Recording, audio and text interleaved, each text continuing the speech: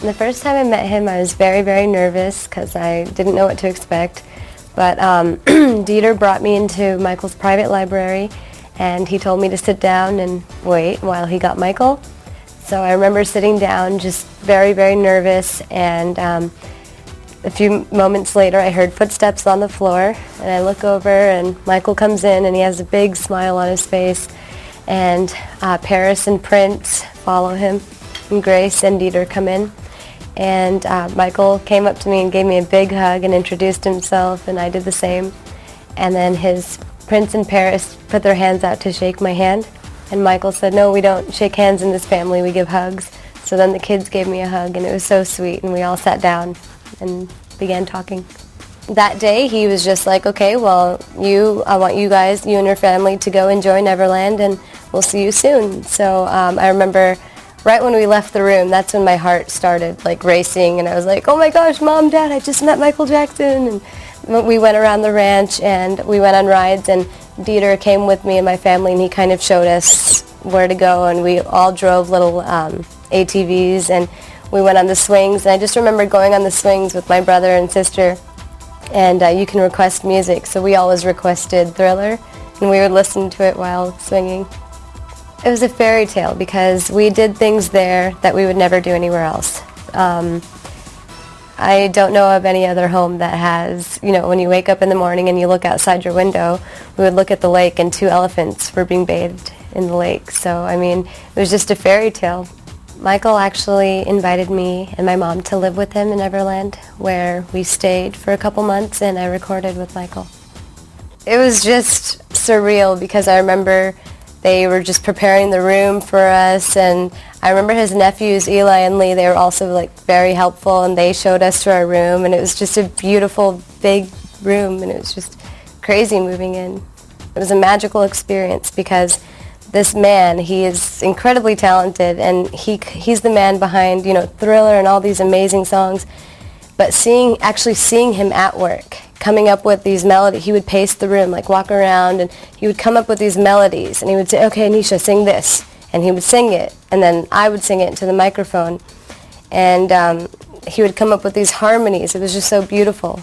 I was just really, I do well under pressure because I was able to do everything he wanted. He was able to say, "Okay, Nisha, sing this line," and then we would do it in one take, and it was done.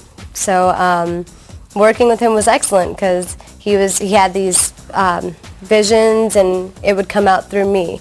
And so it was just a really great experience doing that with him. It was an absolute dream. On the days that we weren't recording, we were going horseback riding, watching movies in the theater, playing games all day long. It was just a lot of fun. The next plan was to go on tour.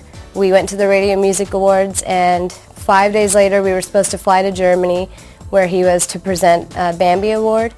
And then we were going to go to South Africa to visit Mandela, and Brazil, and we were going to shoot the One More Chance video.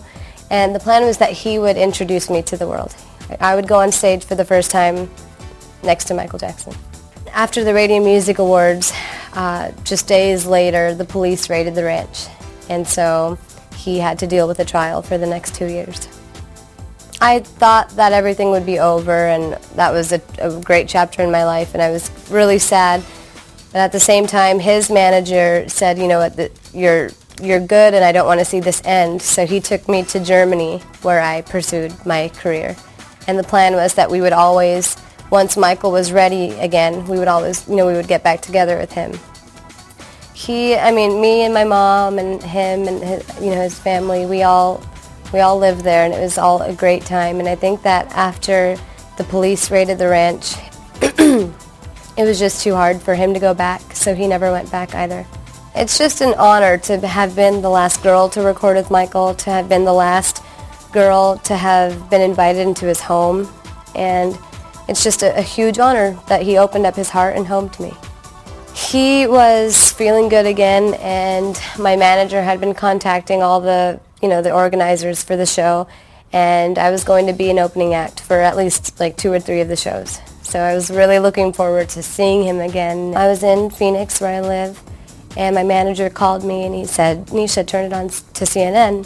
So I turned the TV on and I saw that Michael had been hospitalized, But I thought, he'll be okay. He's just not feeling well. I never expected anything more. And so I got in the car to go shopping, and my manager calls me, and he said that Michael passed away. So I remember pulling over, and my manager was crying, and I had never heard him cry like he did that day. And I was crying, and it was just a really sad and shocking day. Michael Jackson was the best artist that the world has ever seen, and I think that every artist will continue to look up to him because we're all inspired by him. He was the best. And not only that, he was a really amazing, down-to-earth human being, and I think everybody can learn something from him.